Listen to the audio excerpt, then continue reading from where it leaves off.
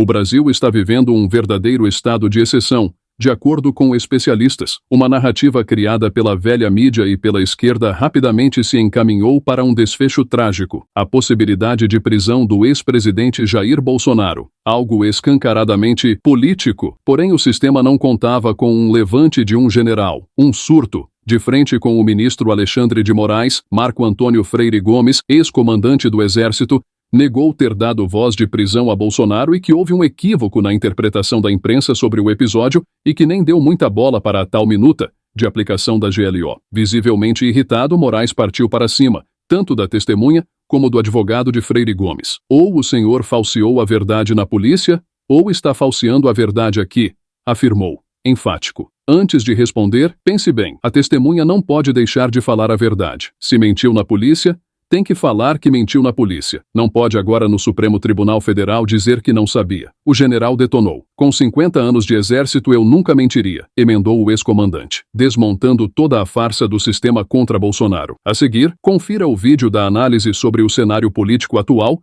com o renomado jornalista Alexandre Garcia. Antes de prosseguir, peço gentilmente que dedique um momento para deixar seu like, inscrever-se em nosso canal e ativar o sininho para receber nossas atualizações. Seu comentário é fundamental, pois contribui para que mais patriotas tenham acesso a essas informações relevantes. Agradeço antecipadamente pelo seu engajamento.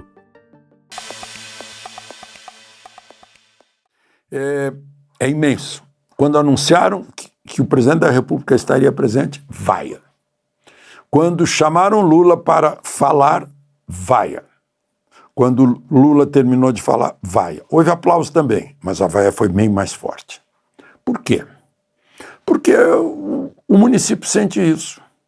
Sente até dos jornalistas que não sabem o que é município, chamam de cidade. Cidade é um aglomerado urbano que não tem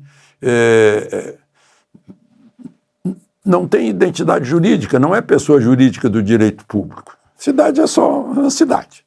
Município, sim. E o município é a base da federação. Deveria ser, se o nome é República Federativa do Brasil, o mais importante teria que ser o município. Que teria que ser mais importante porque é mais importante na arrecadação, né? A arrecadação só acontece no município, né? É o lugar onde as pessoas dormem e trabalham. É no município. Né? Então, e onde as pessoas nascem também e são enterradas, né? É o município. Isso é a base de uma federação. É o ente mais importante de uma federação, de uma república federativa.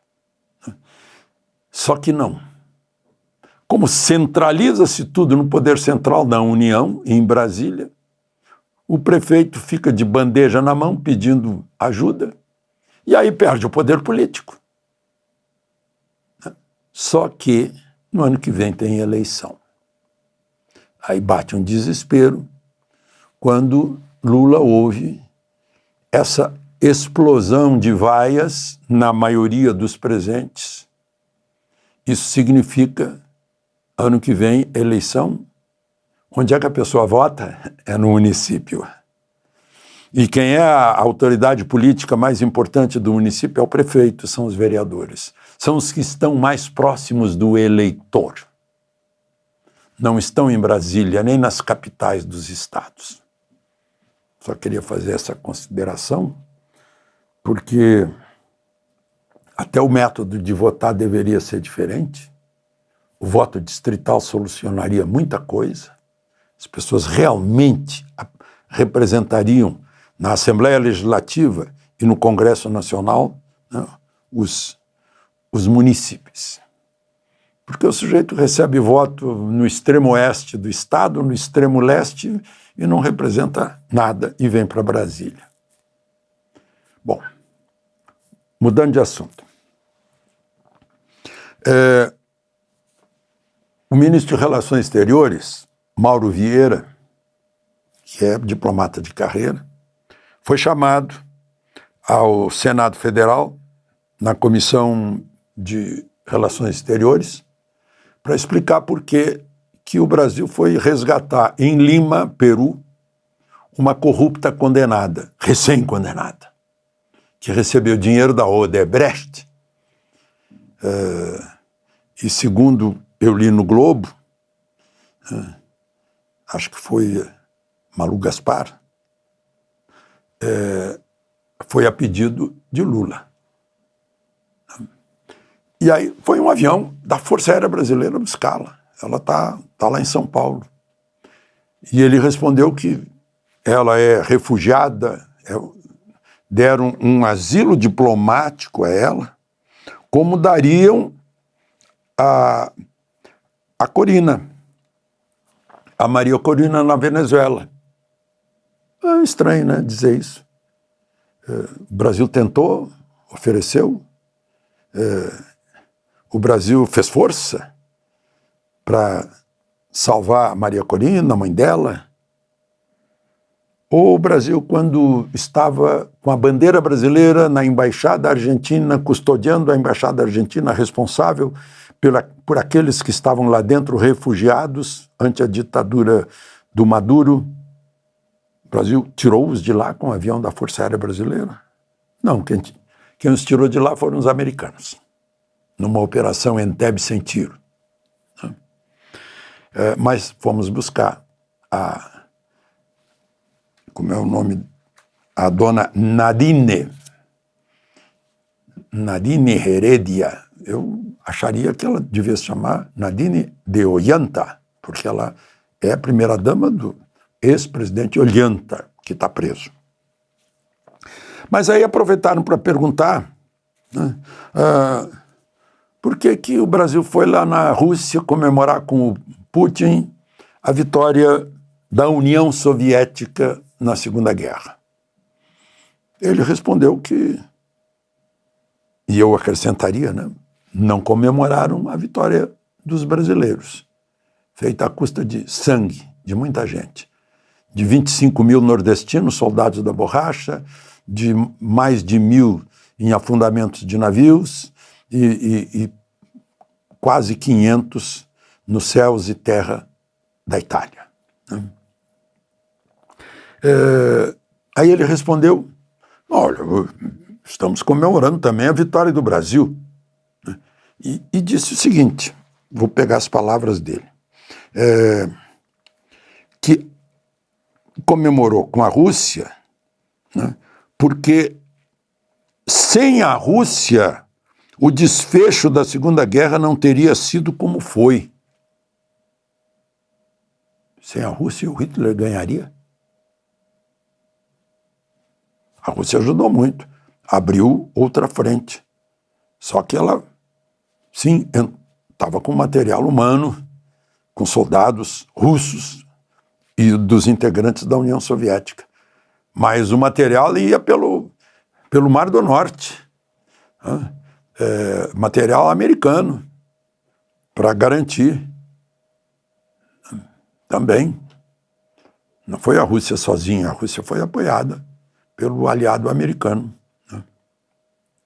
Bom, mas aí outra coisa, acho que ele faltou aula de história no Instituto Rio Branco, porque ele disse o seguinte, foi uma vitória com a participação do Brasil na Itália, inclusive liderando forças americanas.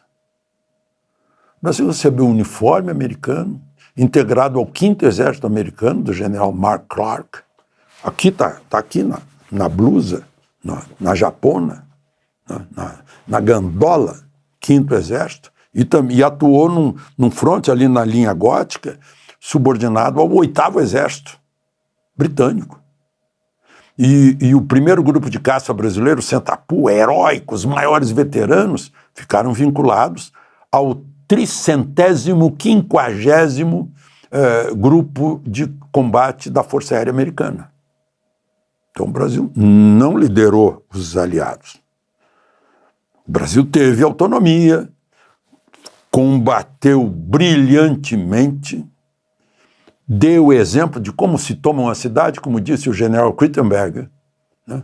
Aprisionou uma divisão inteira, quase o número total de brasileiros lá na Itália na guerra. Eram 25 mil brasileiros que aprisionaram 20 mil alemães. E foi porque os brasileiros cercaram a divisão do general Fretter Pico, né? E acabou a munição dele, ele se entregou. O Brasil brilhou. Agora, o Brasil não liderou os outros aliados. A informação partindo do...